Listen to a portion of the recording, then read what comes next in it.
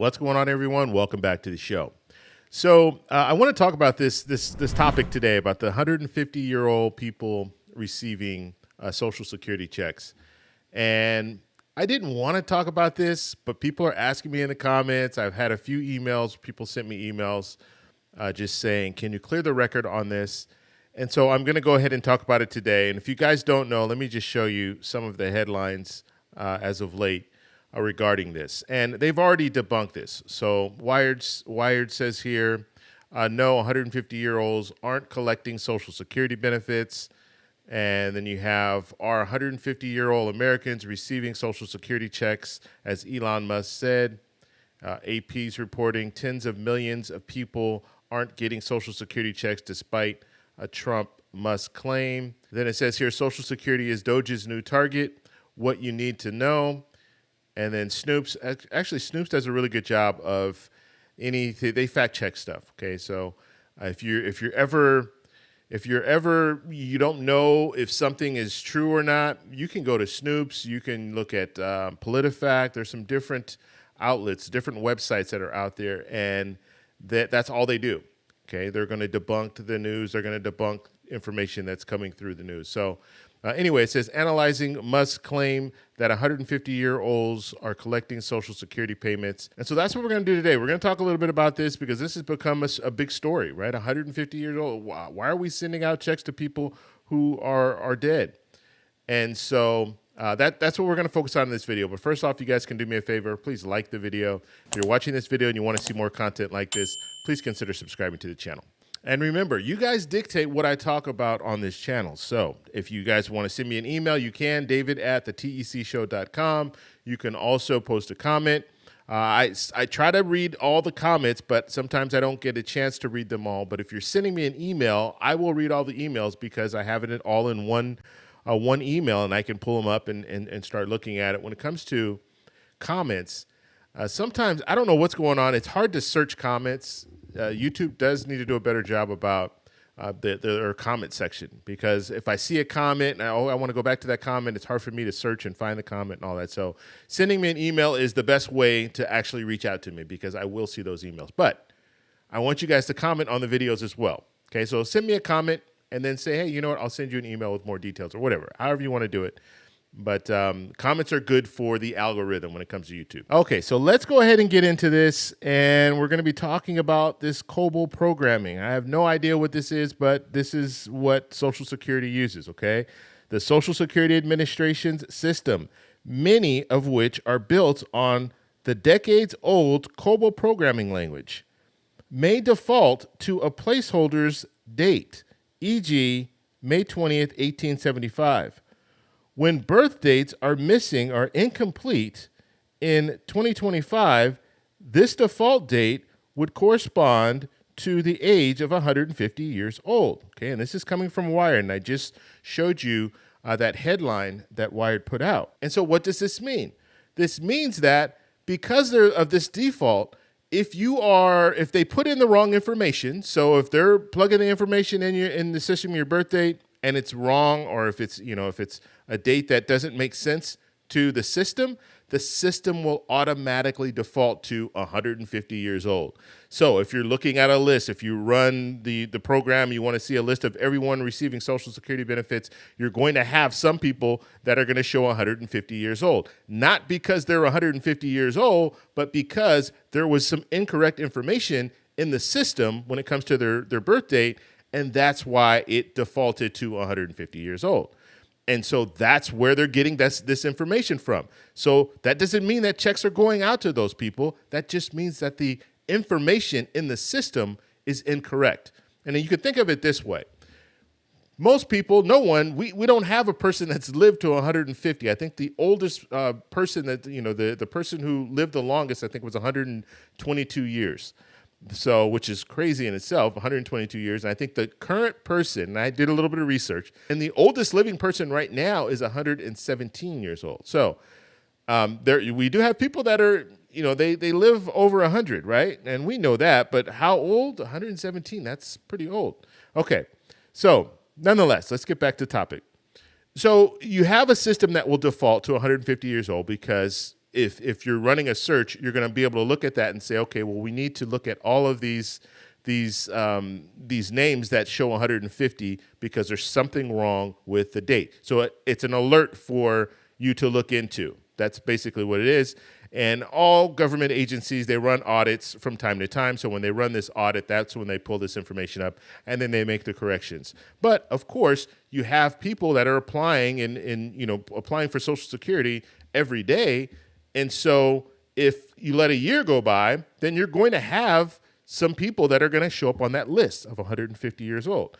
And so that's what that was. And now I want to take a look at a few other things. So let's just say when that came out, when you heard, oh, people 150 years old are receiving Social Security benefits, the first thing that you should have thought of was, okay, mathematically, does that make sense? Obviously, a person who's 150 cannot be collecting Social Security. But mathematically, if you're looking at this, Social Security started in 1935. That's when it was signed into law, 1935. Okay, the Social Security Act. Now, the first benefits didn't start going out until 1940. And so if we remember the earlier information that I was putting out there, 1875 until today's date, that would be, 150 years, okay? And so if we look at this, someone born in 1875, let's add 25 years to this, so that would be 1900, and then we'll add 35 years to that, so that's 1935. So we have 35 and 25. I'm just hold on. I'll explain what I'm saying here. So 60. So 60 years old. So if we're looking at this situation here, if someone was born in 1875, and then we added that up until 1935 when they actually signed the Social Security Act, then that would mean that that person would be 60 years old at 1935. And then they would have to apply for Social Security benefits, and I think there was you couldn't apply for 5 years or something like that. But nonetheless, let's say they applied in 1940, they would be 65 years old in 1940. Okay, so 65 years old in 1940, and they would have to have worked from 60 until 65 in order to start receiving Social Security benefits. Obviously, at that time, it would be a very, very small amount, but that's what we're looking at here. So we would have someone 65 years old, then they would be able to apply or somewhere around that age for Social Security. And so mathematically, you probably didn't have too many people receiving Social Security benefits because they didn't have enough time to earn at that time. So maybe 5 years to earn enough for Social Security benefits. And we know the requirements, and I don't know if the requirements were the same back then, but we know the requirements now. You need to work about 10 years in order to qualify for Social Security benefits. And so let's look into this a little bit further. So the Social Security's Inspector General, their report in 2023 indicated that 98% of individuals age 100 or older in the SSA database were not receiving benefits. 98%. The presence of outdated records is acknowledged, but these do not equate to active benefit payments. Okay, so we're talking, 2%? A very small percentage of people over 100 are receiving Social Security benefits. Okay, so even if this was a situation where you had people who were 150 or over 100 receiving Social Security benefits, it would be a very, very small number. Okay, so we're not talking about a lot of people. Okay, so that's one thing that we need to look at. And then look at this, improper payment rates. Okay, and this is according to PolitiFact. And I told you guys about PolitiFact. You can check them out. They'll debunk a lot of the information that's out there. So it says the SSA has a low improper payment rate with less than 1% of payments being incorrect. Less than 1% of payments being incorrect, okay? And then it says, while overpayments do occur, they are a small fraction of total disbursements, a very small fraction. And so that should be refreshing when it comes to Social Security. So we know that they're going to look into Social Security. One of the things that's good is that we have information already.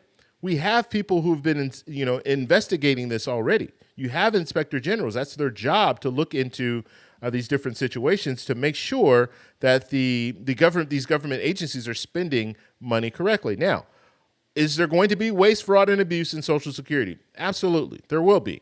but I don't think it's going to be a large number. I don't think it's what we're hearing, out there. All the different things. It's going to be millions, billions, all this stuff.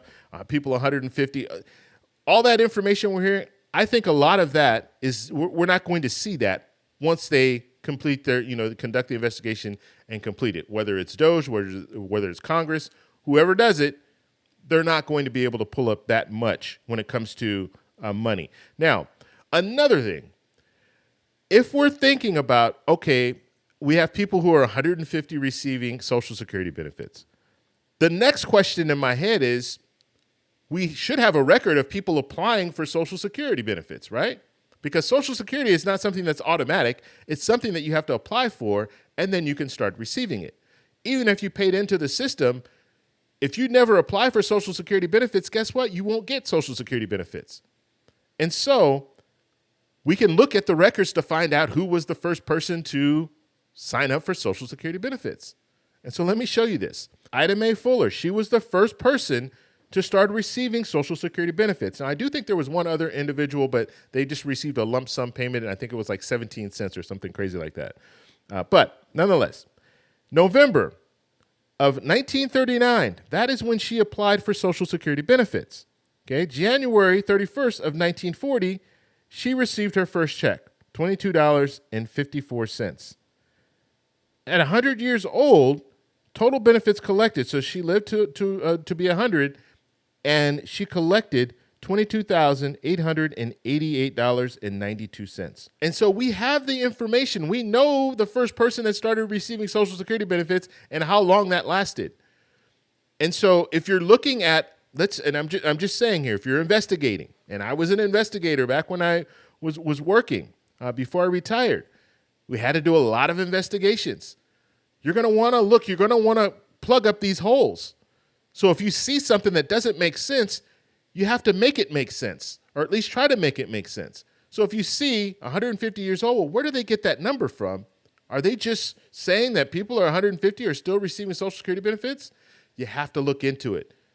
And in this case, it's easy. The first thing that I would have done is said, okay, 150, that would mean they were, how old? That would be the first thing that I would do. And then I would say, okay, well, show me the records of people who have applied for Social Security benefits and how old they would be at this current time. And then I would want to find out more about the system. And this is stuff that's easily, you can ask the people who work for the Social Security Administration, because I'm sure they know, because like I said, when they do their audits and stuff and they run the system is going to show them 150, and they're going to say, well, why does this show 150? The employees will be able to tell you, well, it's showing us that because there's something wrong when it comes to the date that we inputted, the birth date that we inputted. And they're right there. It's simple. And it doesn't have to go to a point where that gets out to the public, and now the public is saying, well, what's going on? 150 years old? Why are we sending out checks to people who are 150 years old? Those checks aren't going out to people who are 150 years old. Now, one thing that we need to think about too, and why this could be problematic, is looking at a system like that where it's showing that it's paying people that are 150 years old. Let's say it's a person who is 70 years old. They started receiving Social Security benefits at 67. They've been receiving Social Security benefits for 3 years. But their information in the system, their birth date, there's something wrong with it. And it's showing that they're 150 years old. Well, guess what? If they look at that and they say, well, we know that this person should not be receiving Social Security benefits because they're 150 years old, we're going to pause their checks. And just think about people who are retired, people on a fixed income, living paycheck to paycheck, basically. If they're in that situation and you pause their check, even for 1 month, that is going to be disastrous for them, because they might not be able to pay their bills, pay their mortgage, pay rent, buy food, and then they'll have to prove that they're not 150 years old by sending in their birth certificate or whatever they need to send in, but ultimately it will impact them. When all you need to do is say, okay, this is the reason why it's showing this. We know that the birth date is incorrect. Let's call them and say, hey, look, this is a situation. Can you just send us something showing us before pausing there? And I'm hoping that they won't go, to a drastic situation like that. But if they don't have the information, the proper information, they could just cancel out all those people that are showing 150 or pause those people that are showing 150 instead of looking into it the correct way and knowing exactly the reason why it's showing 150. So I just wanted to go over this. We're going to hear stuff that's out there, especially when it comes to Social Security and some of these other, what they call the entitlement programs. I don't like using that word, but we're going to hear more and more about wasteful spending and stuff. And I'm all on board. When it comes to wasteful spending, yes, they need to handle that. When it comes to fraud, they need to handle that. And make no mistake, there's some fraud when it comes to Social Security. We know that. I've heard stories of fraud, of people who pass away and their relatives they won't report it. And they'll just keep collecting the checks. And those checks are going in a direct deposit, and they're just going out and they're spending the money like this person's still alive. And they do that for years and years and years. That is fraud. That is illegal. That is criminal. And they should be held accountable for that. And that money should have to be paid back. But when it comes to the overall, I think they're not going to find that much when it comes to Social Security. And the good thing is when you look into, run an audit, and they should be doing this every year, run an audit of all the agencies, which I tend to think they probably do. I don't know. I can't speak for the federal government, but I know in most government agencies, they do run audits. When I was working for local government, we ran audits where they would just go in. I had a bunch of files, and they would just randomly pick files out of my cabinet, and then they would look over those files. And then if they had questions, they'd be like, hey, what's going on with this? What's going on with that? So that should be happening. Now, I can't confirm it when it comes to the federal government, but the good part about Social Security is they can run an audit. They can find out, okay, there's some stuff that's not right in our system. Let's go ahead and fix those things. And they can save money, but I just don't think it's going to be a big amount. But anything is great, right? So if you could save $1 million, save $2 million, $10 million, that's good, because that money will go back into the trust fund. And it will help when it comes to paying out benefits, help extend the trust fund a little bit longer. So that's all I have for this video, but I want to know what you guys think. So let me know in the comments below. If you like this video, please give me a thumbs up. Please subscribe for more. You can send me an email, david@thetecshow.com. I'll talk to you in the next one. Bye.